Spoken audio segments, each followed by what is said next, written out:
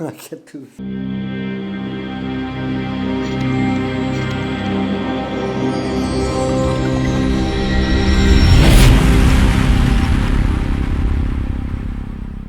What's up guys? Happy New Year and welcome back to yet another video.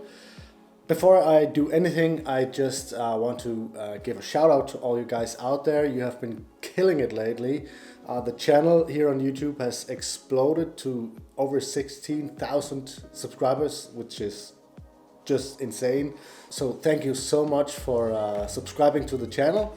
I have been getting a lot of DMs as well lately over on my Instagram account. And before I do anything, I just want to fill up a small glass of rum.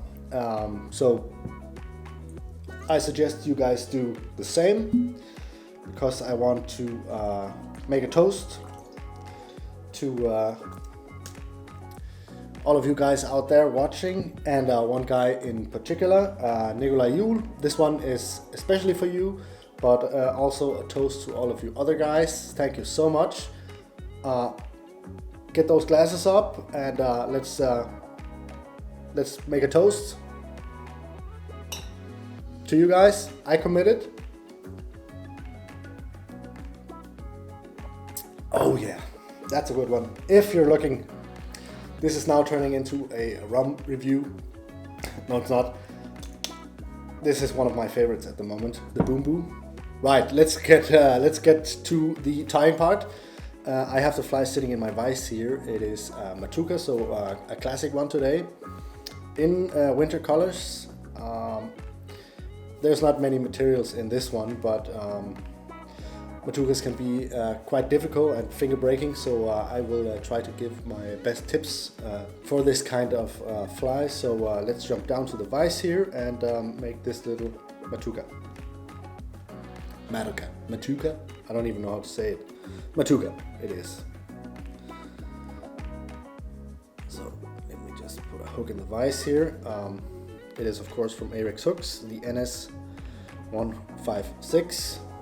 This one here, it's a traditional shrimp hook, but again the hook doesn't know it's a shrimp hook. So it will work just fine for a Matuka as well. Get the thread started here.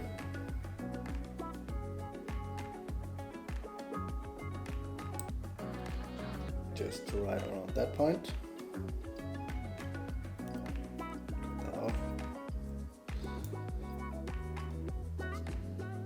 So you want a base layer. You could make a base layer with black tying thread, but I will be using this uni floss in black just to make the body. So just cut off a piece here.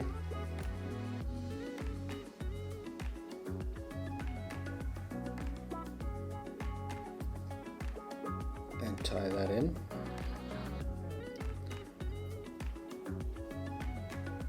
On the side there. And then I want to tie this in the entire length of the shank, almost at least. Here we go. Back.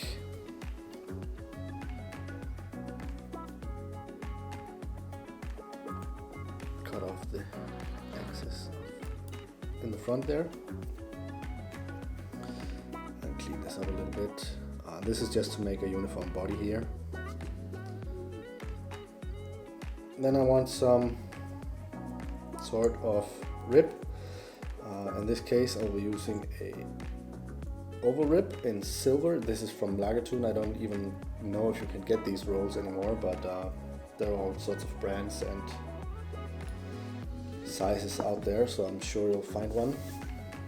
And if I remember it, I'll try to list the materials down below, or even better, make a material kit for this exact fly and link that one down below.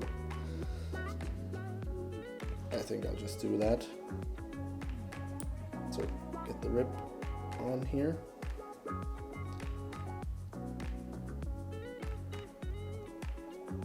Get the tying thread out of the way.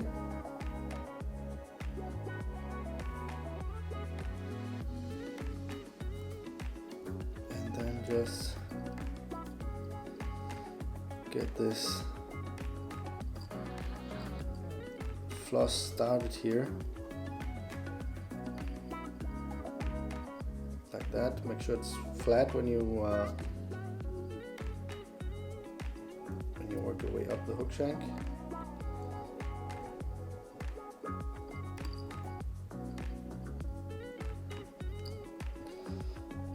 Like so. And just work your way up.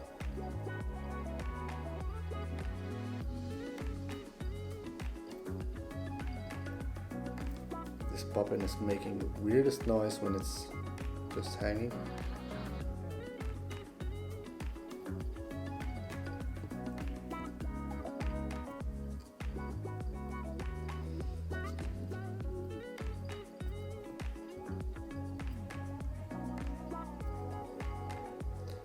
Up to this point right around here.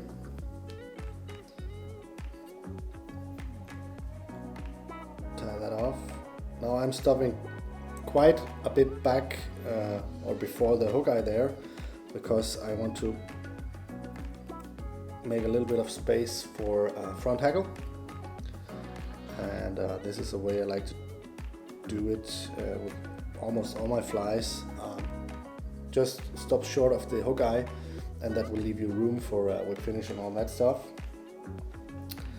Okay, so for the tail, the feathers, I will be using this American hackle in pink, so it's kind of a Matuka in winter colors, you could say, at least for Seatrouts. So let me just find two nice ones here. I think these two will do. So what you want to do is to take two like this, right? Let me show it down here. And you can see they kind of bend like this. So take one and then place them on top of each other.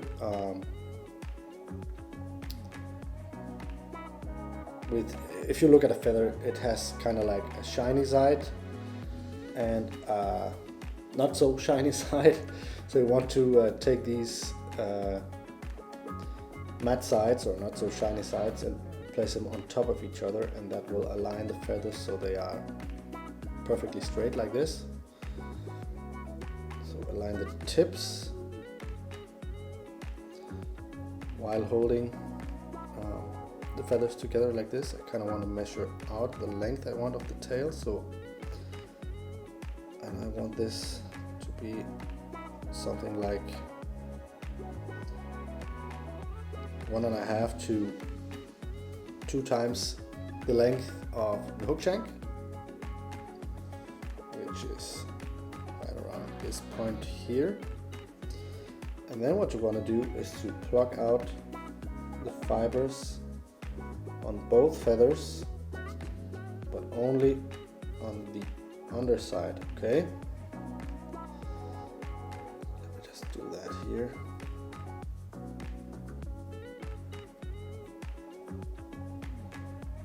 So, there we go.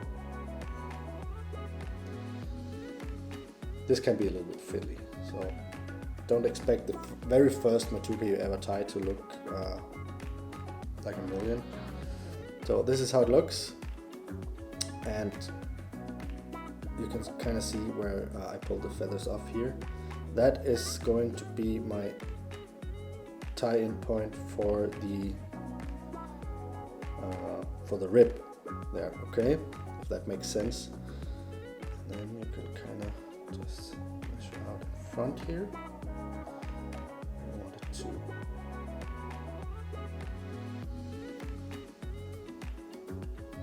end and begin and all that stuff. So it is a bit fiddly, but if I can do it, so can you. So now the feather is prepared. Let's get that on here. The way I like to do it is to hold them together like this and then tie them in with a few loose wraps on top of the hook, like this. And now you can see it is perfectly on top there. I don't even know if this is the correct order to tie in the things. I just think it looks, or that it's way easier this way. And then you want to spread the fibers a little bit. And here you can use your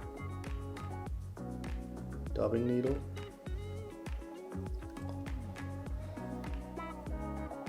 Get that first hard turn in.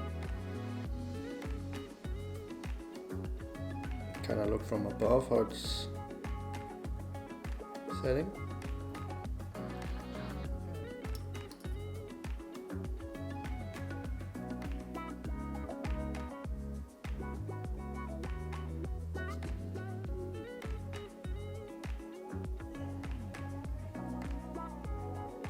There we go.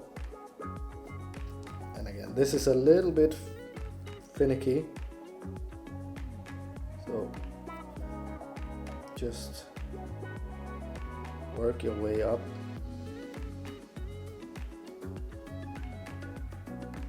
Slowly.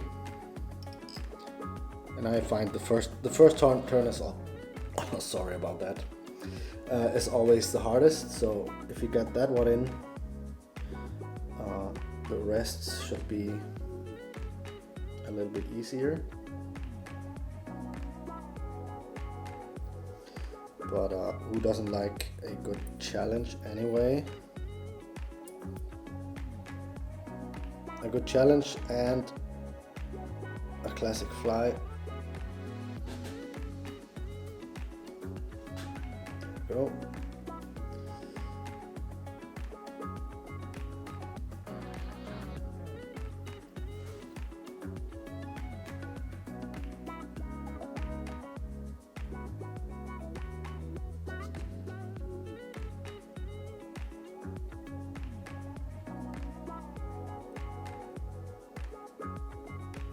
Come on, there we go.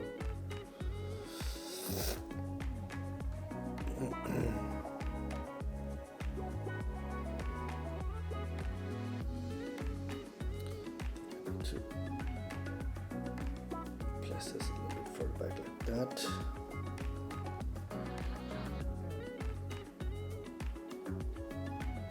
This is really the hardest part of the entire fly here.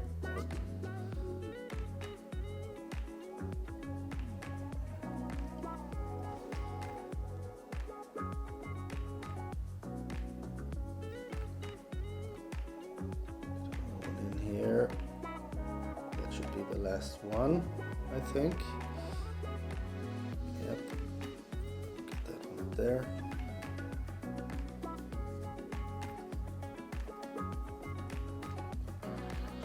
Secure that rib. A few turns. Snip that off without cutting the tying thread. That would be a disaster at this point. And then you can kind of just pull up the tail a little bit here. Everything's aligning really nice here. Cut off the two stems there that are left over. Then grab another feather. And this time I think I want one that's a little bit bigger than the two I used for the tail. And the way I like to measure that out is to kind of pull the fibers out from the stem like this and then just measure it out. I want them to be as long as the body of the fly or the hook shank here, and this one is perfect for that. So just pluck out the fluff here, and as you can see, this feather kind of goes from being black down here to pink in the center, and I want that pink in front, so I will be tying it in with the black end first, like this, just on the side of the hook there.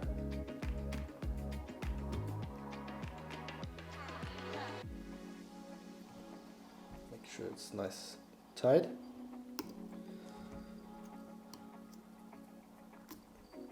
Get my hackle pliers here.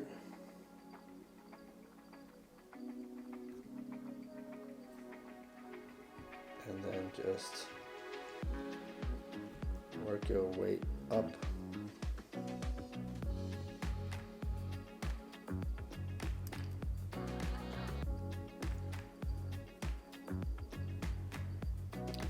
Towards the hook eye.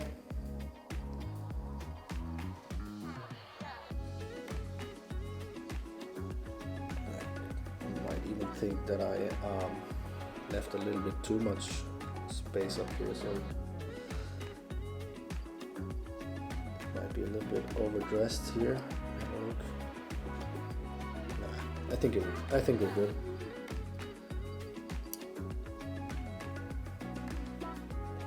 Get a few turns more in here.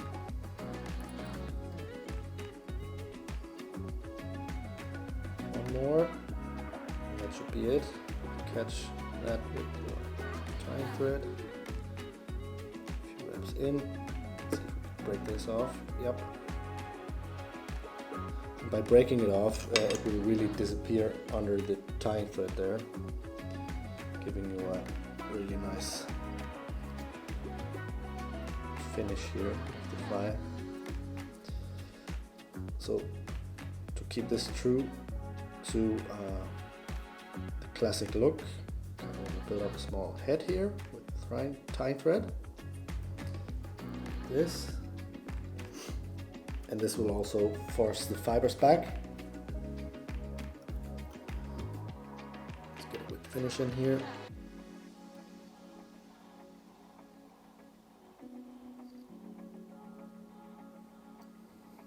There we go. Cut off the thread. Like that. Let's have a look.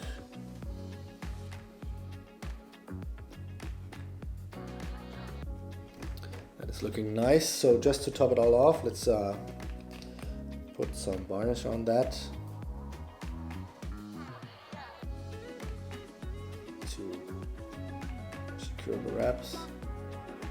Now, I rarely do this, to be honest, but just to stay true to the classic style of fly tying here. Here you have a winter edition Matuka. As I mentioned, have a look at the description below. You will find a material kit for this exact fly. Sadly not the rum, but I guess you'll just have to find that in a store near you. Thank you guys so much for tuning in yet again, and if you haven't subscribed to my channel already, please make sure to do that. Hit the bell so you get notified whenever I upload new videos. Hit the thumbs up so we can keep this ball rolling and grow the community even more. Right.